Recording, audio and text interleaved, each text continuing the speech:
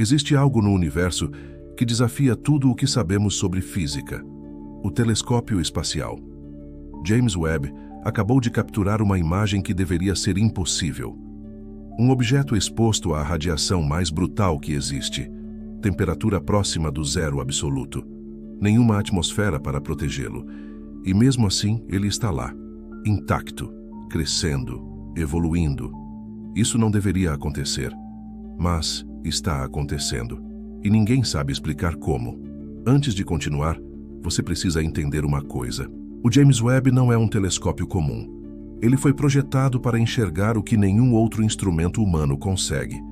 Enquanto o Hubble observa principalmente luz visível, o Webb trabalha no infravermelho. Isso significa que ele vê através de nuvens de poeira cósmica. Ele detecta calor residual de objetos distantes. Ele consegue olhar para trás no tempo, literalmente. Quanto mais longe ele observa, mais antigo é o universo que ele está vendo. E foi justamente olhando para uma dessas regiões remotas que ele encontrou isso. A descoberta aconteceu em uma região onde não deveria haver nada além de vácuo e radiação. Uma área do espaço profundo, conhecida como zona de exclusão molecular.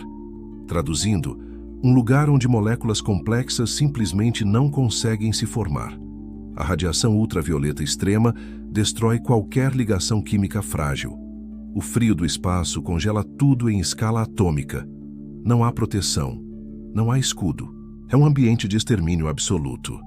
E foi exatamente ali que o Webb detectou algo inesperado. Uma estrutura molecular orgânica. Não estamos falando de vida, não ainda. Mas estamos falando de moléculas complexas, compostos de carbono, hidrogênio, nitrogênio, os mesmos ingredientes que formam a base da química da vida.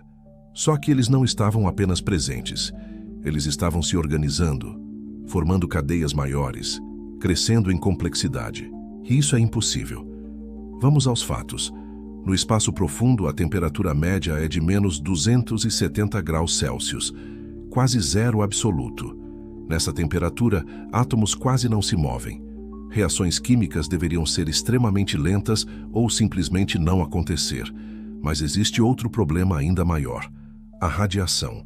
Estrelas jovens emitem quantidades absurdas de radiação ultravioleta. Essa radiação tem energia suficiente para quebrar ligações moleculares. É como jogar uma bomba atômica microscópica em cada molécula.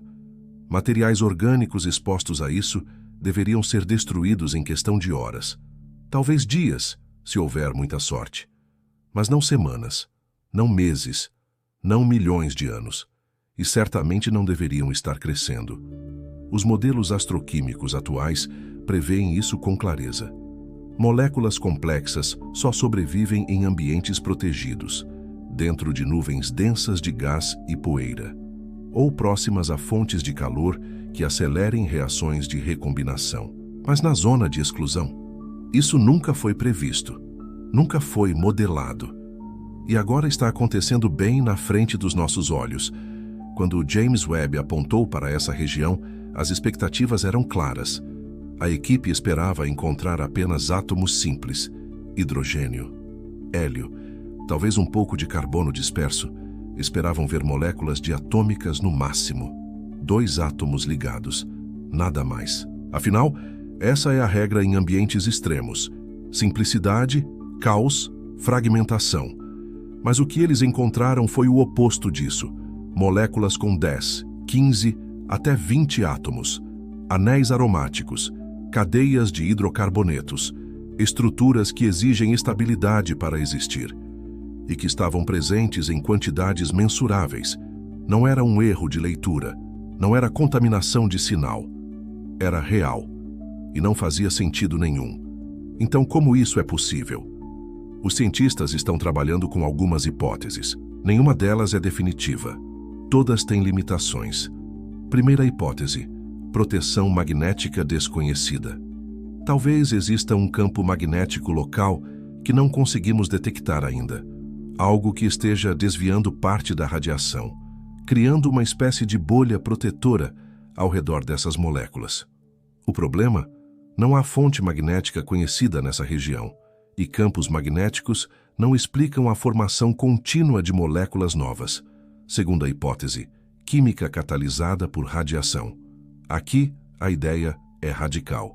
E se a própria radiação que deveria destruir essas moléculas estiver ajudando a criá-las? Existe um fenômeno conhecido como radiólise.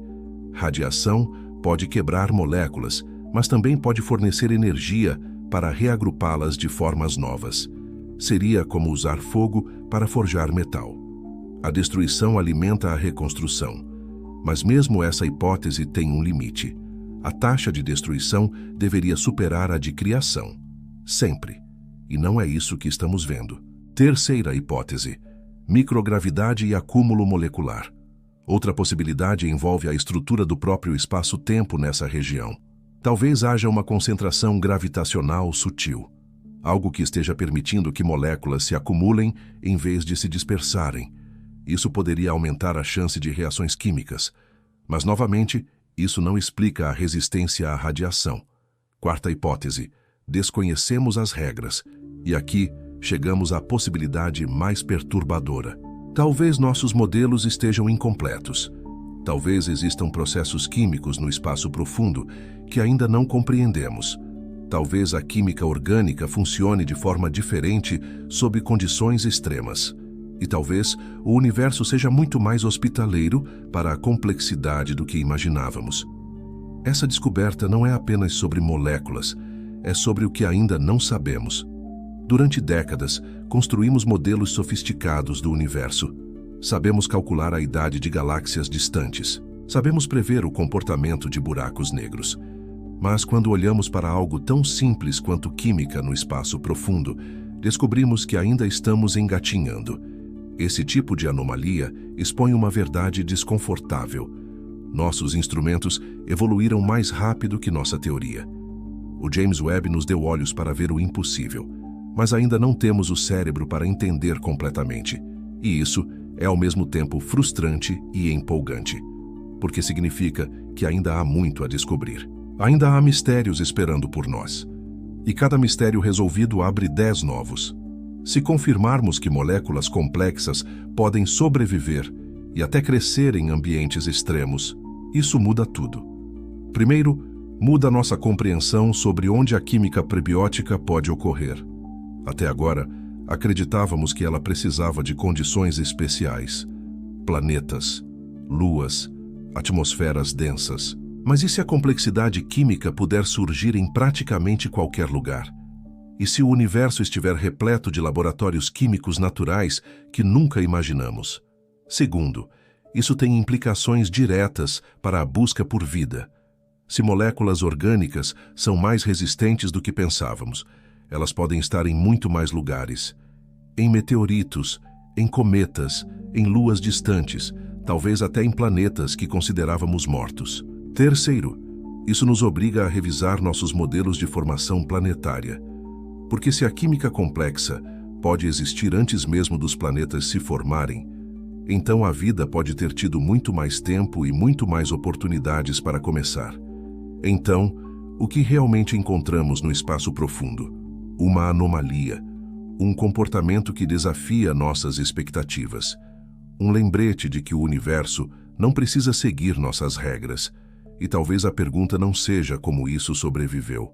Talvez a pergunta seja: o que mais está lá fora que ainda não vimos? O James Webb acabou de começar sua missão. E se ele já encontrou algo impossível logo no início, o que mais ele vai nos mostrar? Pense nisso. E se você ficou tão intrigado quanto eu, deixe nos comentários apenas uma palavra: espaço. Quero saber se você está pronto para descobrir o que vem a seguir.